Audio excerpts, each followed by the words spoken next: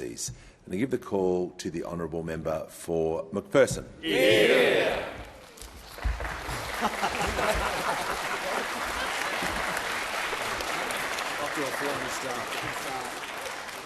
Thank you, Mr. Speaker. It is with deep humility and immense pride that I rise to deliver my first speech in this House as the newly elected member for McPherson. Yeah. Not long ago, I sat in this chamber not as a participant in debate, but as a parliamentary attendant, a silent observer to the great conversations that shape our nation. I listened, I learned, and I grew in my resolve to one day add my voice to the legacy of our national story. Today, that day has come, and I rise with gratitude to my community, with reverence for this institution and our great democracy, and with a commitment to serve with integrity, energy and purpose. My presence here today is a testament to our national character, that someone who once sorted mail in the basement of this very building can ascend from humble beginnings to define the future of our nation as a Member of Parliament. Yeah. I'm proud to be the first to make this journey, but I sincerely hope I'm not the last. Ours is a country where opportunities can be seized through hard work, perseverance and belief in the value of public service, and where every voice, regardless of where it begins, can contribute to the great tapestry of our shared Australian journey. I will always come to this place as a place of service to the people of McPherson, to my state of Queensland and to my country. Yeah. Mr. Speaker, I feel blessed that I had a remarkable childhood. I benefited from a world-class education, a multicultural family that embraced a global perspective, the freedom to practice my faith freely, and the love and support of a strong family unit. My father's a tradie, an electrician and refrigeration mechanic. My mother, a dedicated public servant, still working in the service of her country to this day.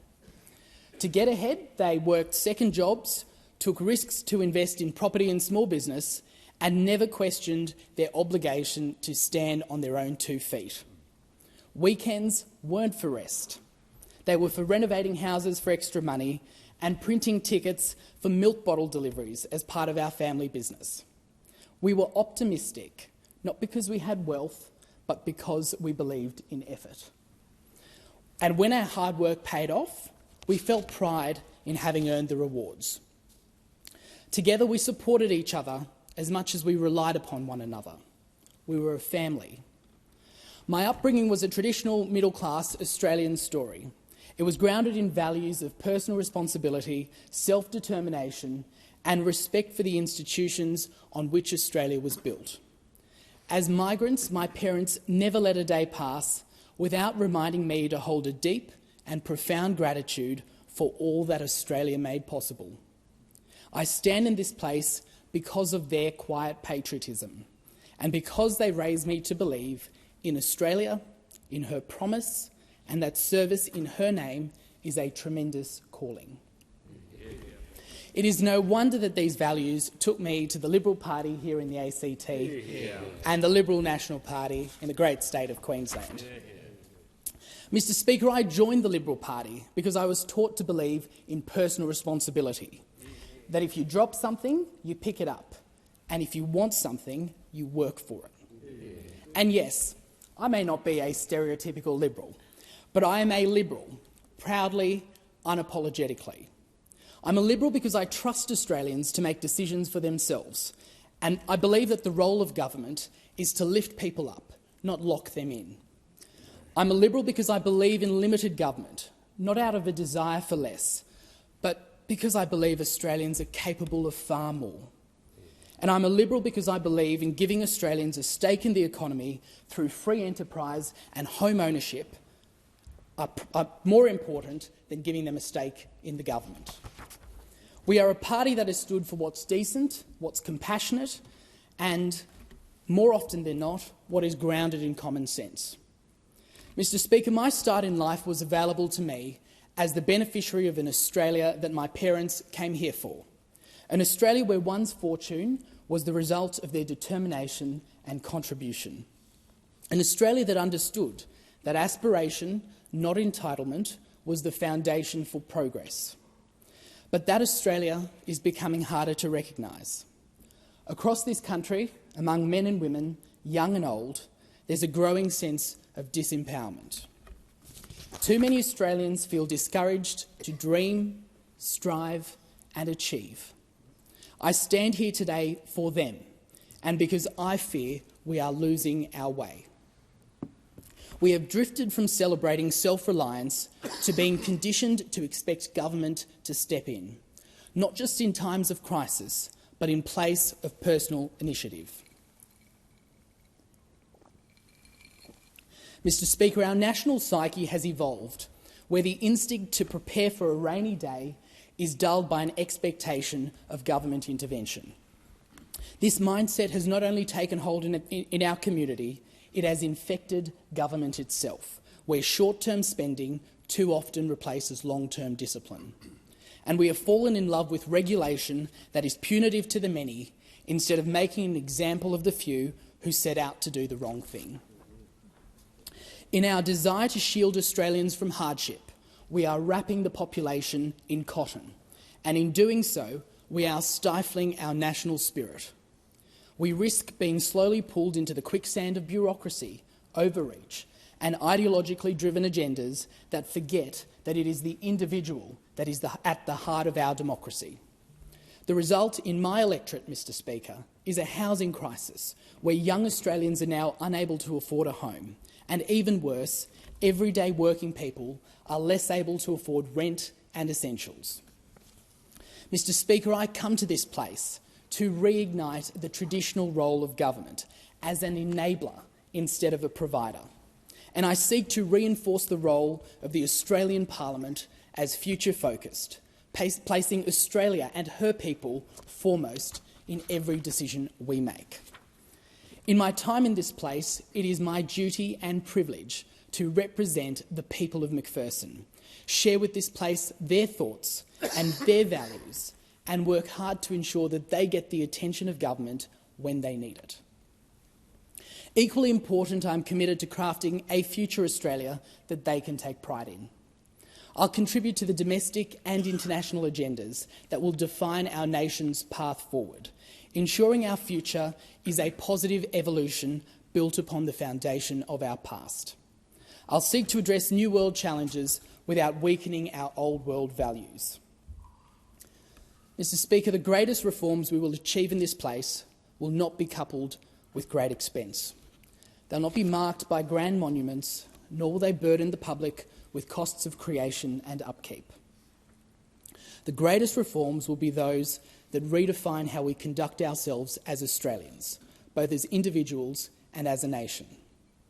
We are navigating a national identity crisis, and it's imperative that we restore a deep sense of purpose. We must reignite our national spirit, set the bounds for our shared identity, and rediscover our values and basic common sense. In his farewell address, President Reagan put the question to Americans: are we doing a good enough job of teaching our children what America is and what she represents in the long history of the world? I ask the same of us here in Australia. We must reignite an unambivalent appreciation of Australia and the Western values that form the foundation of our nation. This will give us the resolve and the capacity to confront the pressing challenges that demand urgent attention. We face a population surge fuelled by a reckless immigration profile, one that no longer reflects the careful planning or national interest that critically underpinned our migration success story. In allowing this, we risk diminishing both the privilege of coming to Australia and the cohesion that has long made our multicultural society a strength, not a strain. The desire to come to Australia, while admirable, should not be the sole qualification. It is the willingness to contribute to Australia that must be the true test. Having studied in Europe, I've witnessed the social and economic pressures that arise when migration is poorly managed. Rising social tensions, buckling infrastructure, divided communities. These are no longer abstract policy debates. They are lived realities overseas. We would do well to heed these warnings. At the same time, our education standards are falling, with too many young Australians leaving school not only lacking the skills to succeed, but also uncertain of who we are as a nation. There is a growing detachment from our history, our democratic institutions and our values. A generation is emerging that is less proud of Australia and has little understanding of how fragile yet precious our democracy truly is, that it must be understood, defended and never taken for granted. This is not just an academic concern, it's a national one.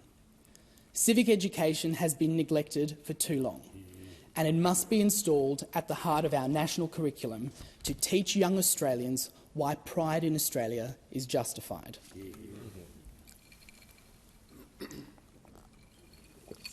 Our welfare system, once a vital safety net for those in genuine need, has ballooned into something far broader and, in many cases, far less targeted. Too often, support is now distributed based on identity rather than circumstance. Compassion should not be measured by how much we spend, but by how effectively we lift people out of hardship. A welfare system that is sustainable, fair and focused on need will always do more to empower Australians than one built on division or ideology. Governments don't create wealth, businesses do. When my father lost his job shortly after arriving in Australia, he sought to rebuild by starting an electrical business, much like the one he had successfully run overseas. Yet when he approached a government department for advice, he was told that assistance would only be available if he first went on welfare. That experience speaks volumes about a system that too often disincentivises initiative. If we are serious about national prosperity, we must do more to encourage enterprise, not hinder it. It is the resilience of small business that underpins our economic strength and employment opportunities. But Australia is now losing too many of them to countries with more favourable economic conditions. This quiet exodus of ambition and ability cannot continue. If we are to grow our economy and secure our future, we must foster a climate that rewards effort, investment and innovation. And that means undertaking a serious internal review of our tax system and industrial relations policies, ensuring they're competitive and encourage productivity. As the youngest member of the Federal Coalition, I am acutely aware that I am viewed as a representative of my generation. And as a millennial, I cannot in good conscience avoid the issue of our national debt. When I look at the way government has treated the national accounts, it leaves me with deep concerns about the message we are sending and the culture we're creating. We have created a culture of expedience, one that justifies present comfort at the expense of future Australians. And we act as though we bear no responsibility for the weight of this burden on generations to come. This approach cannot be sustained. It underpins the ongoing degradation of personal responsibility and retires the obligation to leave things better than we found them. We can spend our time assigning blame and pointing fingers at different governments, or we can acknowledge that this is a fresh parliament, and with it, a fresh opportunity. An opportunity to restore strong fiscal management where government practices the same self-control that we expect of the people we govern. We must ensure Australia remains an attractive and competitive destination for investment, because investment means jobs, innovation and national prosperity. To achieve this, we must commit to reducing the burden of unnecessary regulation and red tape that too often stifles opportunity before it begins. As a foreign investment lawyer, I have seen firsthand how Australia is fast becoming a less attractive investment destination. Investors are deterred not by our values or by our people, but by a system weighed down by complexity, delay and uncertainty. If we are to secure long-term economic growth, we must restore confidence by creating an environment that rewards enterprise and welcomes investment that is in the national interest. As an island nation, our geography has long served as a strategic advantage. But in the decades ahead, at our location at the heart of an increasingly volatile Indo-Pacific region will present complex and testing challenges. It is already clear that these challenges are emerging not only in a military context, but also through persistent and covert attempts to weaken our values and fracture our unity. Meeting them will require foresight, resolve and deliberate strategic planning. The men and women of the Australian Defence Force represent the height of our national character. But admiration alone is not enough. We must be honest about the resourcing constraints they face and respond accordingly. Australia must invest in building a strong sovereign defence capability, one that's equipped, modern and ready to defend our national interest. But, Mr Speaker, national interest begins not just with hardware, but with heart.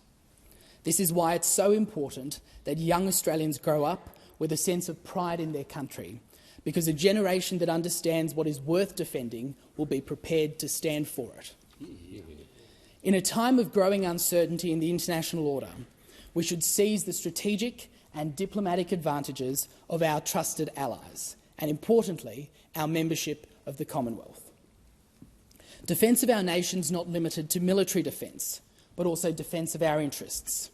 I am a firm believer in diversifying our import and export markets so we don't rely on any one country and expose ourselves to being held ransom by adversaries. And Australia must support the expansion of our domestic manufacturing sector, in line with our strategic and comparative advantage. Housing must not be understood simply as a challenge of the moment, but as a generational issue that demands a generational solution. Yes, we must urgently increase supply and deregulate the building industry, but we cannot stop there. We need to pursue a bold, long-term vision for Australia's future, one that thinks beyond the next election cycle and asks what this country should look like in 2100. My city of the Gold Coast remains the only new, sizeable built city that was built since the Second World War in Australia. That fact alone should prompt serious national reflection. We must be prepared to plan and build new cities, invest in infrastructure that improves national connectivity and create the conditions for growth, including tax settings that attract long-term capital and drive investment. This is not just about housing affordability, it's about ambition. Too many Australians feel they must leave our cities or our shores to realise their potential. Our task is to make sure they don't have to. Mr Speaker, I'm very aware of the distinguished political lineage of my seat. In his maiden speech, the first member for McPherson and former Australian Prime Minister, Sir Arthur Fadden, remarked, "We should be cautious in our decisions, because upon them the final outcome may depend, the making or unmaking of Australia as a nation." And so I say to my parliamentary colleagues, particularly those in my party at a time of national rebuild, let's be bold, let's be visionary. Let's bring forth our very own era of national renewal, anchored in the issues that matter to those we represent. We walk in the footsteps of the generation that saved the world, men and women who fought, served and sacrificed for the freedoms we now inherit. As Sir Paul Hasluck reminded us, we must make the most of the chance of politics. That chance is now ours, and we must meet it with conviction, clarity and courage. Mr Speaker, my journey to this chamber would not have been possible without the unwavering support of my campaign family, many of whom are in the galleries tonight and watching from around the world. I am profoundly grateful and forever indebted. We truly were a grassroots movement on the Gold Coast, and I thank every volunteer and supporter for their tireless dedication to our cause and to me personally. It is a truly humbling experience to see the support that each person gave me. I thank the Liberal National Party of Queensland and its members for electing me as their candidate for the seat of McPherson, my campaign committee, and to my parliamentary colleagues, particularly those that visited me during the campaign. I thank those who contributed to my journey, many of whom join us here today. To my former colleagues, from my early days as a parliamentary attendant, to my time at King & Wood Mallisons, and those that I had the privilege of working with in this building, including under the guidance of my now colleague, the member for Fisher, and former Foreign Minister, the Honourable Julie Bishop. Thank you all for your mentorship and friendship. To my teachers and lecturers, whose influence has stayed with me beyond the classroom, and to my broader family and friends for their love and support. I thank my staff. I hope this role will inspire us to perform at our very best, always keeping in mind that our foremost duty is to serve our community and our country in all that we do. Hear, hear. Mr. Speaker, as the great President Bartlett asked in the West Wing, do you have a friend? Are they your best friend? Are they smarter than you? And would you trust them with your life? Because that's your chief counsel. Mr. Speaker, I'm fortunate to have a few chief counsel. Trent Belling, Troy Maloney and Jared Lomas, all here today. Trent, for your sharp political mind, sense of humour, and for backing me every step of the way. Troy, for your warm friendship and your loyalty. And Jared, for being a sounding board that keeps me grounded, whether or not I like it. Thank you. And I wish to make special acknowledgement of my mentor, the Honourable Dr. Brett Mason. As a distinguished former Prime Minister once said, you win the lottery of life when you're born in Australia. Mr. Speaker, I'm grateful for having won 2 lotteries in life, being born to this great nation and being born to my parents. To my mum, to my dad, who are here today, thank you for everything.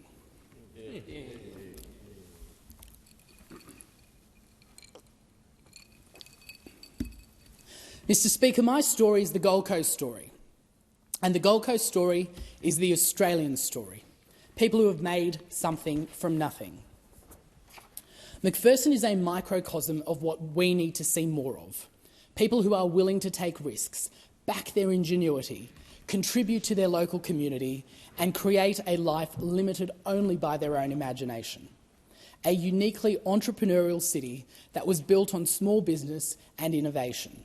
Tradies, professionals, small business owners and digital nomads who can work anywhere in the world choose McPherson as a base because it offers them a unique lifestyle and unmatched natural environment to live, work and raise a family. Their belief in themselves and their willingness to stand on their own 2 feet are the modern representation of the Australian spirit we need to capture. So, Mr. Speaker, it is only right that my final thanks go to the people of McPherson, without whom nothing here would be possible and everything here would be pointless, for placing their trust and their hopes in me. I will never take the southern Gold Coast for granted. And each day, I will work with determination to ensure your voice is heard in our national parliament. It is the greatest honour of my life to be elected as the federal member for McPherson and the 1,268th person to be elected to this chamber since Federation.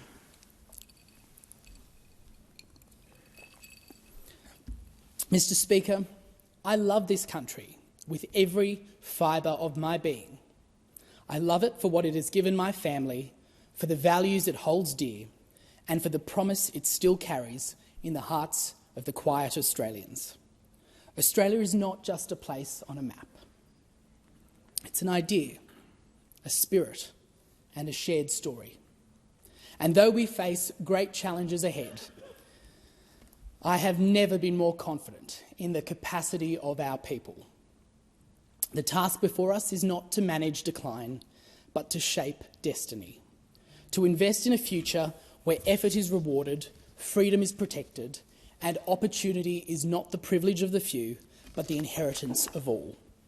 With conviction, gratitude, and hope, I stand here ready to do my part. I thank the House. Yeah.